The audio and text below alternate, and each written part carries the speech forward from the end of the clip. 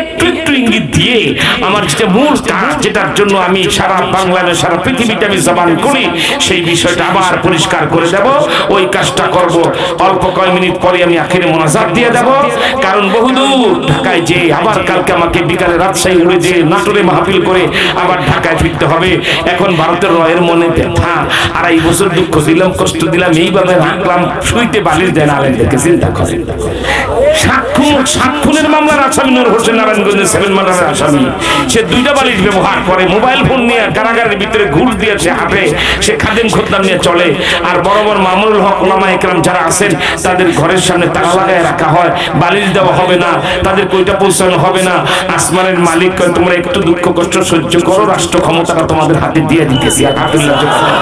আলহামদুলিল্লাহ জোরে খান। কোনো চিন্তা নাই।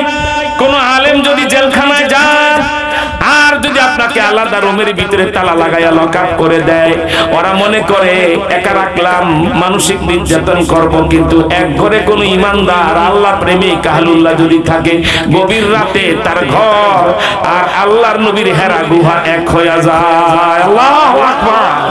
সেজন্য আমার ভাইরা, যেহেতু এটা সমাপনী কথা, এরপর আমি মোনাজাত দেব। আত্তাহিয়াতু যেভাবে পড়ে সেভাবে আখির মোনাজাতের প্রস্তুতি নিয়ে ফেলেন। আত্তাহিয়াতু যেভাবে পড়ে সেভাবে, দূরের লোকেরা কাছে এসে বসতে হবে, যারা দাঁড়ানো আছেন আখির মোনাজাতের প্রস্তুতি। আমি খাতমে নবুয়ত বলেই মোনাজাত দিয়ে দেব। রাস্তাঘাটে যে যেখানে আছেন, যে যত তাড়াতাড়ি সামনে আসবেন তার দোয়া তত তাড়াতাড়ি কবুল হবে ইনশাআল্লাহ। একবার মৌচাকের মতো সামনে জমে বসে যান দাঁড়ানো বাবারা, যদি একটু জায়গা পান, আছে জায়গা, কিছু জায়গা তো আছে বসা। যেহেতু আখির মোনাজাতের প্রস্তুতি চলছে, আপনারা একটু এগিয়ে বসেন। আলহামদুলিল্লাহ, আল্লাহ কবুল করেন। জোরে করে আমিন। খুব দ্রুত বাবা, আসতে না, যে যত তাড়াতাড়ি দৌড় দিবেন আল্লাহর রহমত তার দিকে তত দৌড়ায় আসবে। রাস্তায় দাঁড়িয়ে কষ্ট না করে বাবা একটু বসে যাও। অনেক জায়গা আছে, প্রচুর জায়গা আছে, আপনি বসে যান। আখির মোনাজাতের প্রস্তুতি আল্লাহ তুমি কবুল করেন। আমিন। তাহিয়াতুর সুরতে বসেছেন। আমি জিহাদ ফি সাবিলিল্লাহ বলেছি, ইঙ্গিতে সোহবতে আহলুল্লাহ বলেছি, দুইটা বিষয় পরিষ্কার। এখন আমি বলবো আকীদায়ে খাতমে নবুয়ত, এই বিষয়টা 1 ঘন্টার ওয়াজ, আমি সর্বোচ্চ 10 মিনিটের ভিতরে পরিষ্কার করে মোনাজাত দেব। তাই আহ্বান করছি, যে যেখানে আছেন দ্রুত প্যান্ডেলে চলে আসুন। মোনাজাতের প্রস্তুতি। এই খাতমে নবুয়ত বুঝাতে যে প্রশ্ন করব, জবাব দেবেন। বলেন আল্লাহ কয়জন? পছন্দ হয় নাই, গলাটা পরিষ্কার করে। আরে গলা পরিষ্কার কেমনে করে? গলা বাড়ি দেন জোরে। এবার বলেন গায়ের শক্তি তলায় না গলায়? সবাই বলেন গায়ের শক্তি তলায় না গলায়? আল্লাহু আকবার। একটা আওয়াজ দিয়ে দেখান তো দেখি। শিয়াল শুনলে লজ্জায় মাথা ঝুঁকাবে, সিংহের গর্জন ইমানদারের মতো, আলী হায়দারের মতো একটা আল্লাহু আকবার বলেন। এবার মোটামুটি হয়েছে, আলহামদুলিল্লাহ বলেন। এই আওয়াজে বলুন আল্লাহ কয়জন? হলো না, চিৎকার করে বলুন আল্লাহ কয়জন? মুখে বললে চলবে না, একটা আঙ্গুল উঁচা করে দেখায় দেন আল্লাহ কয়জন? বন্দুকের নলের মধ্যে এইরকম উঁচু করে দেখান এক আল্লাহ। আল্লাহ কয়জন? এইভাবে নয়, আমি জিজ্ঞেস করবো আল্লাহ কয়জন, আপনি 3 বার বলবেন একজন, একজন, একজন। খামোশ। আল্লাহ কয়জন? হাত আরো সোজা করেন, বন্দুকের নলের মতো টাইট করেন। জিজ্ঞেস করি এক আল্লাহর পরে কোন আল্লাহ আছে? এইভাবে দেখা দেন নাই, নাই, নাই, নাই, নাই। যার হাত যত বেশি ঘুরবে তার সব তত বেশি হবে। আর ঝিম ধরায় ফেলে আল্লাহর পরে কোন আল্লাহ? আমাদের নবীর পরে আর কোন নবী? হাত নামান, হাত নামান। এটাই তো খাতমে নবুয়ত। আল্লাহর পরে যেমন আল্লাহ নাই, মুহাম্মদ সাল্লাল্লাহু আলাইহি ওয়াসাল্লামের পরে আর কোন নবী নাই, ঠিক না? আল্লাহু আকবার। বাবা, একদিকে আমাদের প্রতিবেশী রাষ্ট্র হিন্দু মুশরিক রাষ্ট্র, অপরদিকে ইহুদি খ্রিস্টান, আর আমাদের দেশের ভিতরে কাদিয়ানির বাচ্চারা নবীজির উপরে হামলা করতেছে, ঠিক কিনা জোরে কোন? মনে রাখবেন আল্লাহ পাক লা ইলাহা ইল্লাল্লাহ মুহাম্মাদুর রাসূলুল্লাহ কলমার ভিতরে ইঙ্গিত দিয়েছেন। লা ইলাহা ইল্লাল্লাহ আরবি বাক্য, আরবিতে 29টা বর্ণ, আলিফ বা তা সা থেকে। কিছু বর্ণ আছে নক্তা আছে, কিছু বর্ণ নক্তা নাই। আলিফে নক্তা নাই, বা 1 নক্তা, তাই 2 নক্তা, সাই 3 নক্তা, ঠিক কিনা বলেন? যারা একটু আরবিও জানেন, লা ইলাহা ইল্লাল্লাহর মধ্যে একটাও কি নক্তাওয়ালা বর্ণ আছে? বলেন লামে কয় নক্তা? বলেন নাই নক্তা। লামে কয় নক্তা? আলিফে কয় নক্তা? ছোট হয় কয় নক্তা? আমার ভাইরা লামে কয় নক্তা? লা ইলাহা ইল্লাল্লাহ একটা নক্তাও নাই।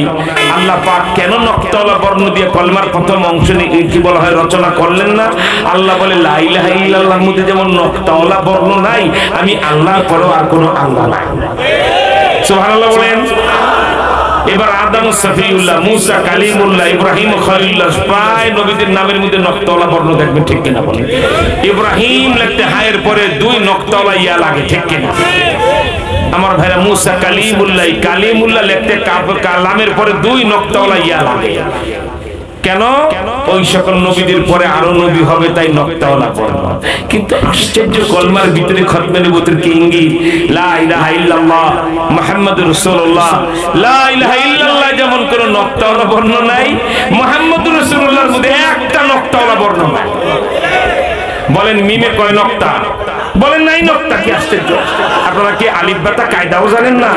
তো জবান খুলেন না কেন? ঠকবেন না। যতবার জবান খুলবেন ততবার সগীরা গুনাহ মাফ হবে। বলুন মিমে কয় নক্তা? মিমের পরে নবীজির নাম লিখতে মিম হা মিম দাল মুহাম্মদ, বড় হায়ে কয় নক্তা? এরপরে মিমে কয় নক্তা? দালে কয় নক্তা? বলবেন নাই নক্তা। এই বলবেন কি? বলবেন নাই নক্তা। রাসূলুল্লাহ লিখতে প্রথম র, রয়ে কয় নক্তা? পরে নাই নক্তা। সিনের মধ্যে কয় নক্তা? ওয়ার মধ্যে কয় নক্তা? আল্লাহ শব্দের লামের মধ্যে কয় নক্তা?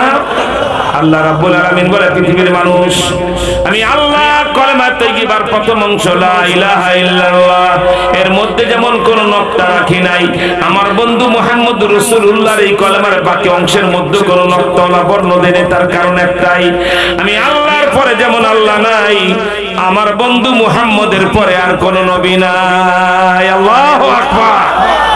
আবার ভাইরাতে আমরা পরিষ্কার করে দিলাম, আল্লাহর পরে যেমন আল্লাহ নাই, মুহাম্মদ সাল্লাল্লাহু আলাইহি ওয়াসাল্লামের পরে আর কোন নবী নাই। কি বলেন, ঠিক না? এবার বলুন, কেউ যদি আল্লাহকে বাদদা বলে আমি আল্লাহ, সে মুসলমান না কাফের? আপনাদের আওয়াজটা আমার এত শরম লাগে নিজে। এই আওয়াজে কি ওয়াজ মাহফিলে যাওয়া যায়? গলা ফাটায়া বলেন, আল্লাহকে বাদ দিয়ে কেউ যদি বলে আমি আল্লাহ, সে মুসলমান না কাফের? আরো জোরে বলেন, মুসলমান না কাফের? আমি বলবো যেমন, আপনারা বলবেন ফেরাউন যেমন। এই বেয়াদব আল্লাহ দাবি করেছিল, ঠিক কিনা বলেন? কি বলেছে? আনা রাব্বুকুমুল আ'লা, আই এম বিগ গড, আমি বড় খোদা। বড় খোদা না বড় শয়তান? সুতরাং আল্লাহকে বাদ দিয়ে ফেরাউন আল্লাহ বলার কারণে মুসলমান না কাফের? এবার বলুন, মুহাম্মদ সাল্লাল্লাহু আলাইহি ওয়াসাল্লামকে বাদ দিয়ে কেউ যদি দাবি করে মুহাম্মদ সাল্লাল্লাহু আলাইহি ওয়াসাল্লাম শেষ নবী নয়, আমিও নবী, সে মুসলমান না কাফের? সে মুসলমান না কাফের? আমার ভাইরা, আমি বলবো যেমন, আপনারা বলবেন কাদিয়ানি যেমন। এই কাদিয়ানির বাচ্চা আমার নবীর শেষ নবী মানে না, ঠিক কিনা? এই ব্যাপারে আপনাদেরকে ১.৫ মিনিটের মধ্যে কাদিয়ানির পরিচয় আর হৃদয়গ্রাহী নবীর উম্মতের কলিজায় নবী প্রেমের একটা ছোঁয়া যেন লেগে যায়, সেজন্য আল খাসাইসুল কুবরা কিতাবের যে ঐতিহাসিক ঘটনা সারা পৃথিবীতে আমি বলি, সেই ঘটনাটা আমি ৩-৪ মিনিট বলে মোনাজাত দেব।